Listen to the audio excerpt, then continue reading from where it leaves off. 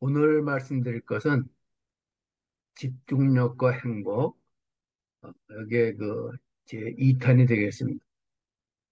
저는 요한 하리의 도둑맞은 집중력, 이 책을 아주 감명 깊게 봤거든요.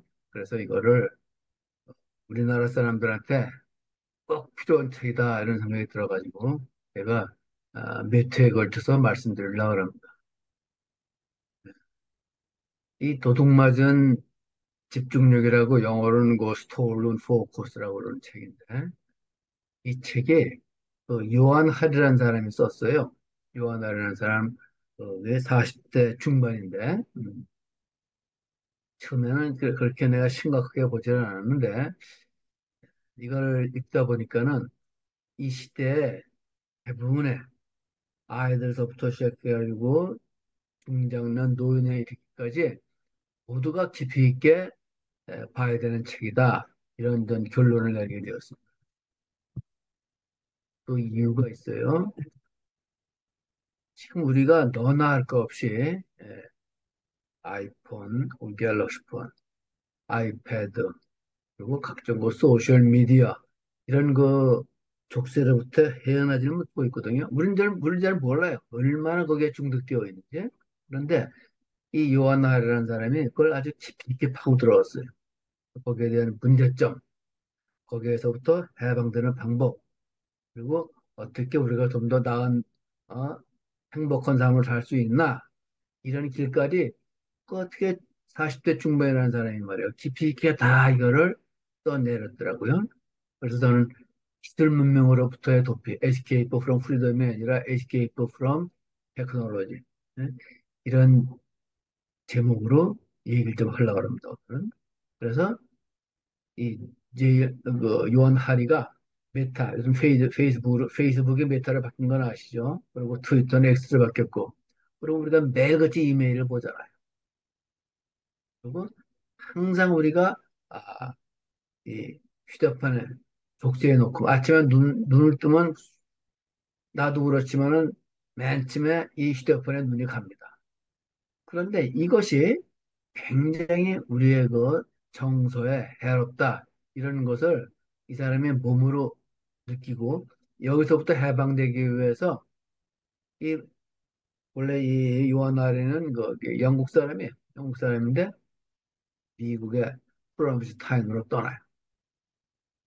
이건 아주 한적한 마을인데, 프롬스타운이 떠난 이유가 제 일정의 이유예요.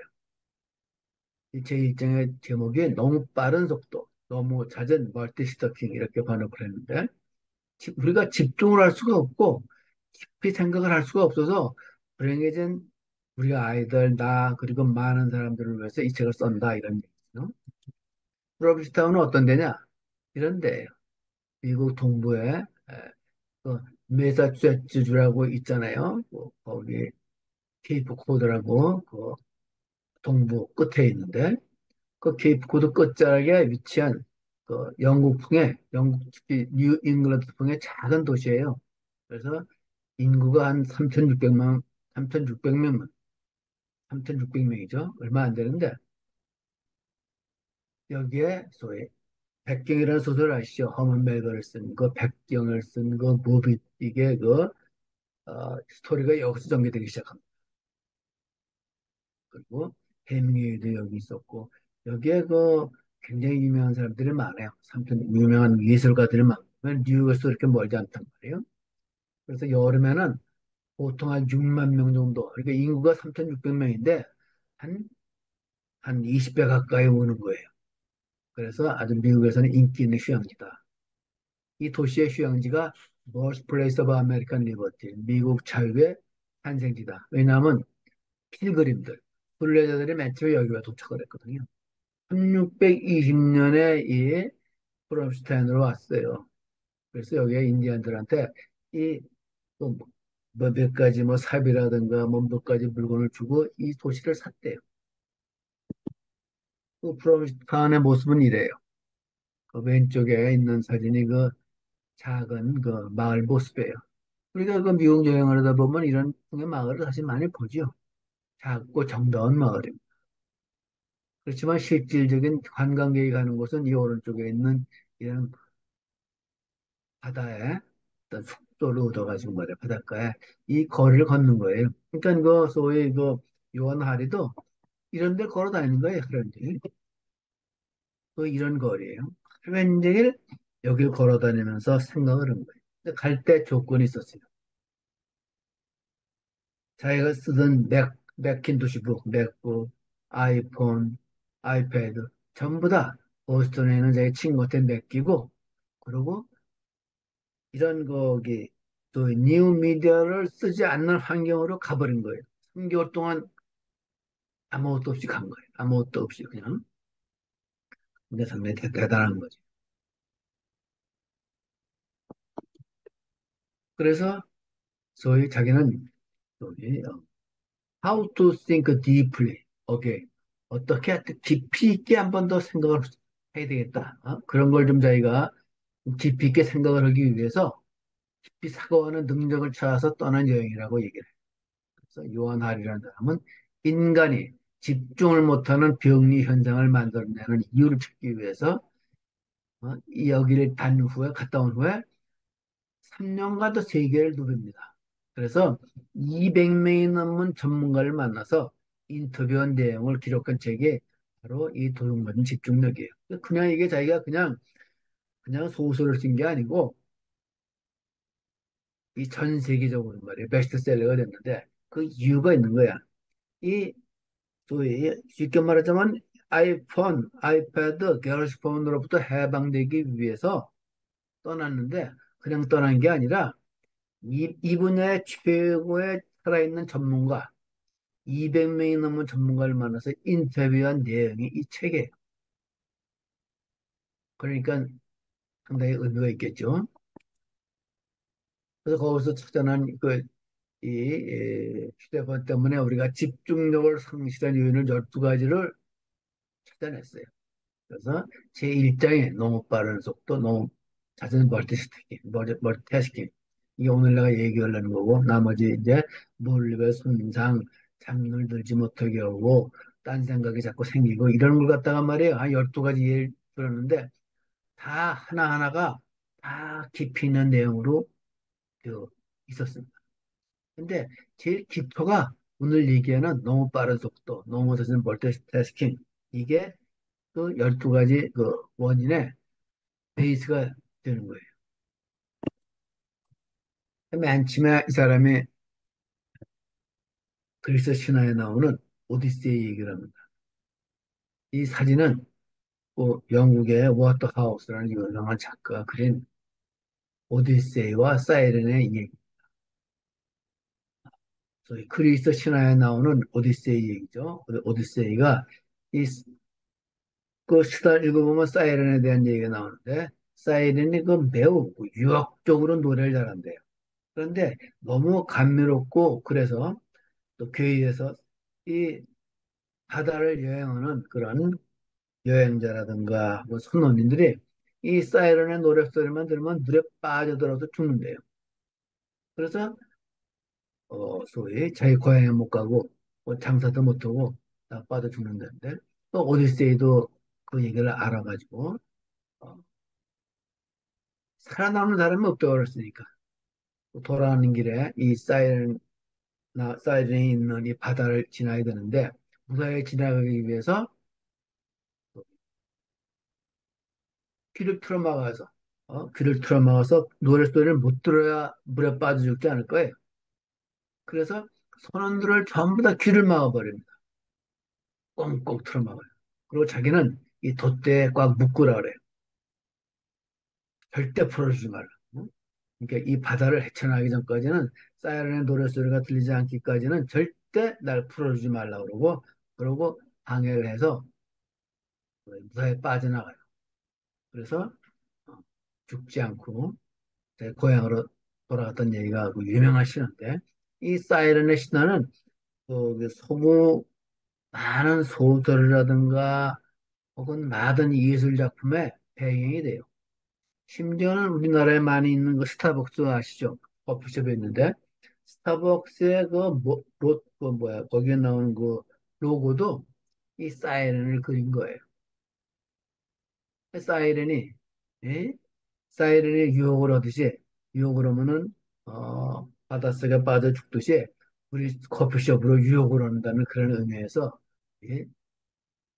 사당이 그렇게 사이렌을 로고로 만들어서 전 세계에 4만 개인가 이런 커피숍이 있다고 그러더라고요. 우리나라에다 3천 개 있다고 그러니까 대단히 성공한 거 아닙니까? 그래서 이 사이렌의 신화를 얘기를 들은 거는 이 휴대폰, 이 소위 뭐야 소셜 미디어가 사이렌과 마찬가지다. 그만큼 우리에게 심각하다. 이런 얘기를 한 겁니다. 그래서 아, 요거는 말이에요. 이 소위 그림을 확대한 건데 또 왼쪽에 있는 여자가 사이렌이고 그뭐 선원들을 귀를 꽁꽁 틀어막았잖아요. 그리고 이 오디세이는 꽁꽁 묶여 있고 이런 얘기를 하는데 그래서 요한예리가 하는 얘기는 사람은 누구나 속도가 빠른 것에 시선을 부정하면 말이에요. 근심에 빠지고 흥분하게 되고 움직이고 손을 흔들고 고함치지 않으면은 쉽게 휩쓸려 버릴 것 같은 기분이 든다. 그러니까 차도 그냥 그 레이싱 하는 친구들은 얼마나 빨리 달립니까? 젊은 사람들이 얼마나 또 춤추는 거 보면 요새 참 여러 가지 옛날 사람들이 보기에는 좀 미친 사람들 같단 말이에요. 그렇게 그렇게 요새 애들의 정신이 없는 거예요. 반면 이 프로미스 타운에 이 뭐 요한어리에 가니까는 그 막막한 바다를 볼 거 아니에요. 막막한 바다. 여기서 또 있는단 말이에요. 그러니까 아주 오래되고 영속적인 것만 바라보고 있게 되는 거예요. 이 바다는 내가 태어나기 훨씬 전부터 이곳에 있었고 나의 사소한 걱정이 잊힌 뒤에도 오랫동안 이곳에 존재할 거다. 이런 생각을 하면서 자기가 트위터라든가 뭐 페이스북에 빠져 있는 그 모습을 거기에 대해서 해방감을 많이 느끼고 있다는 거죠. 먼저 이 일장에 말이야 몇 사람의 인터뷰한 얘기가 나와요.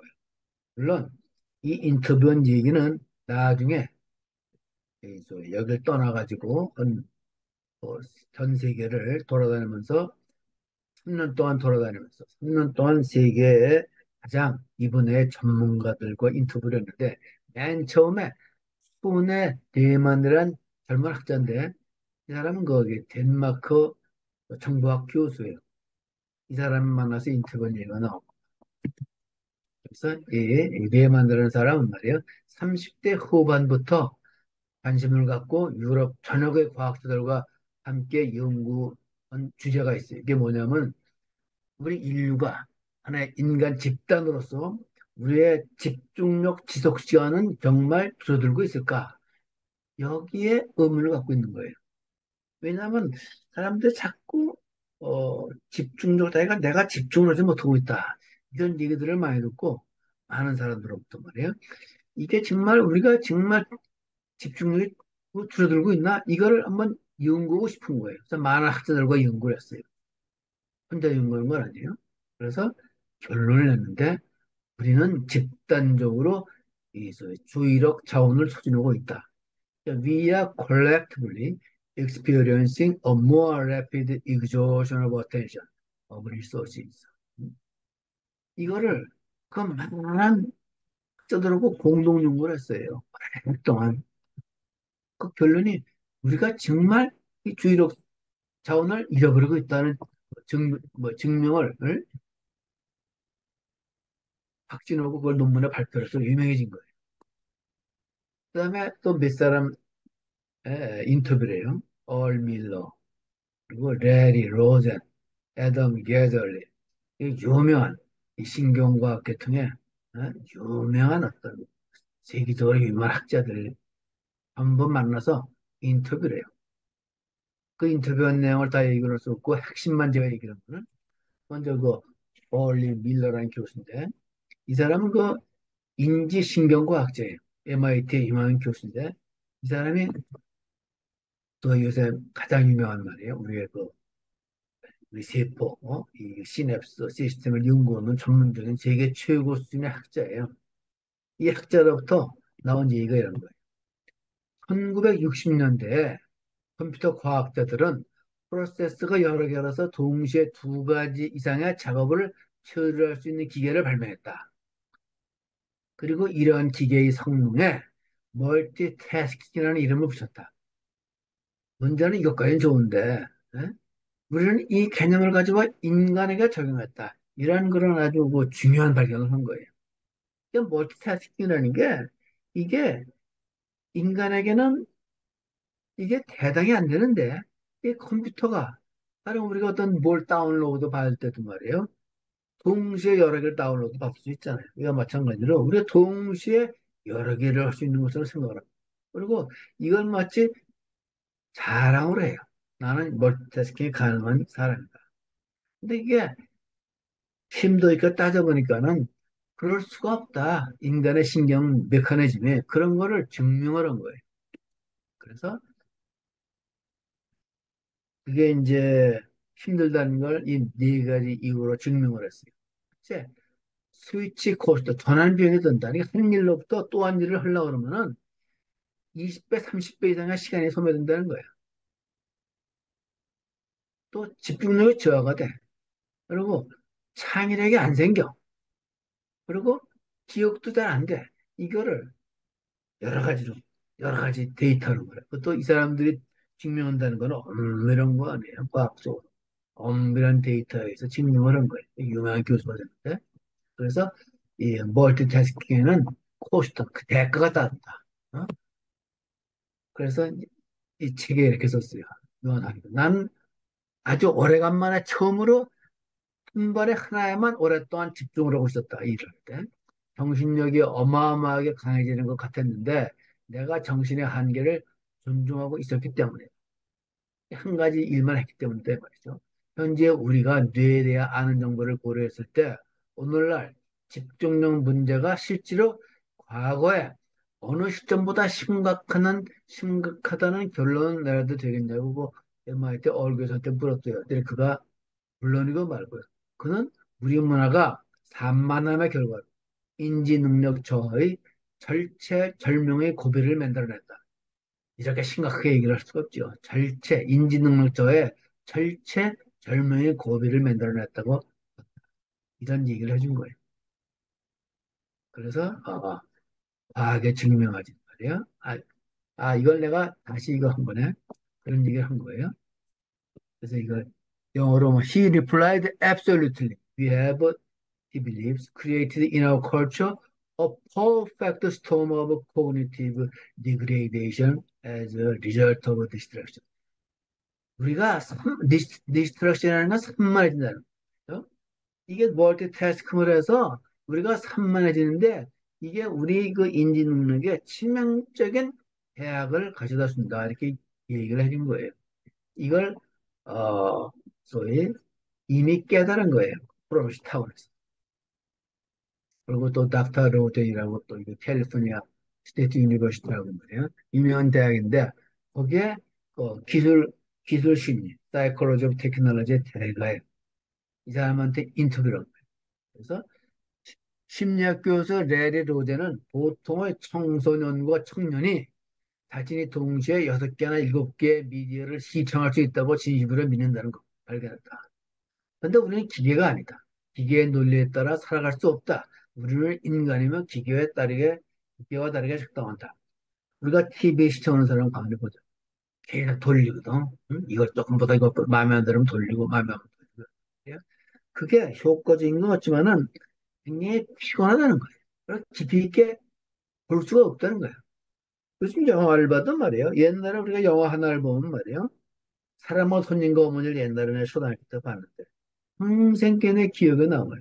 그리고 맨날 며칠을 그때 나오는 여배우 어렸을 때 내가 최은희 씨 얘기를 했더라고. 근데 요즘은 하루에 보통 두세 개 영화를 봐. 이게 말이 안 되는 얘기야. 이게 보는 건 좋은데 이게 우리의 정서상에 해롭고 이게 깊이 있게 우리가 생각할 수 있는 생각을 잃어버린다는 게 이 레리 로젠 히어스의 얘기인 거예요. 가만히 보니까 맞는 거예요. 내가 그 뭐 페이스북을 들어가도 이것보다 저것보다 막 뛰잖아.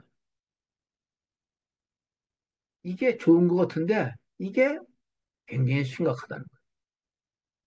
특히 밤늦게 침대에 누워서 이 뭐야 우리 유튜브 같은 거 본다. 이건 아주 치명적인 거예요. 거기에 나오는 광선이 굉장히 해롭다는 거예요. 이게 우리의 눈에도 해롭고 우리의 인지 능력을 손상시킨다는 건데 이걸 좀 더 과학적인 엄밀한 방법에서 뭐 증명을 해보는 학자들이. 근데 이걸 사람들이 잘 모른다는 거예요.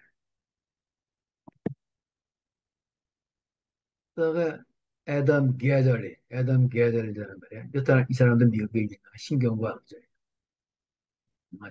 이 사람이 이런 얘기를 해요. 오늘날은 많은 사람들이 말이야. 빈 사무실에서 일하는 붐비는 도시에서 잠을 들 지금 이 순간에도 우리가 앉아 있는 것처럼 비좁은 카페에서 심한 소음에 둘러싸여 자판을 두드리고 있다. 이어서 이 얘기는 왜냐면 자기가 그 요한하려고 인터뷰를 할 때 카페에서 인터뷰를 한 것 같아요. 그래서 소음 공해의 증가는 여러 사례 중에 하나일 뿐이다. 그러니까 우리가 도둑맞은 집중력의 원인은 여러 사례 중 하나일 뿐이다. 현재 사람들은 자신과 타인의 집중력을 요구하며 시끄럽게 울려대는 여러 방해 요소에 눌렀어요. 산다. 애덤은 문지기가 정신을 산란하게 하는 방해물을 막기 위해 훨씬 고되게 일해야 하는 이유가 바로 이 때문이라고 말했다. 문지기가 뭔가 영어를 써봤더니 바운스야, 바운스. 브레인 에즈 라이크 나이트클럽 바운스.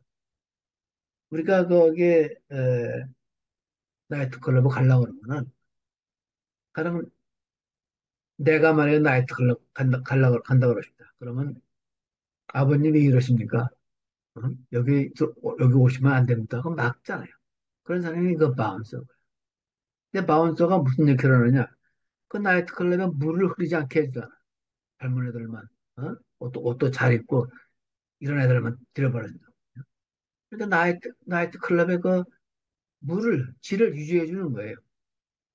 그런 얘기를 하는 거예요. 다시 말해 우리 두뇌도 우리 이거 전두엽이 말이에요. 우리 전두엽에 그 바운스 기능을 하는 게 있는데 여기저기 막 다니고 그래요. 그러니까 뭐 페이스북을 여기저기 왔다 갔다 하고 X, 그러니까 트위터를 여기저기 왔다 갔다 하고 유튜브를 여기저기 왔다 갔다 하고 이러면은 그게 좋은 것 같은데 이게 알고리즘으로 우리가 조성을 당하다. 응?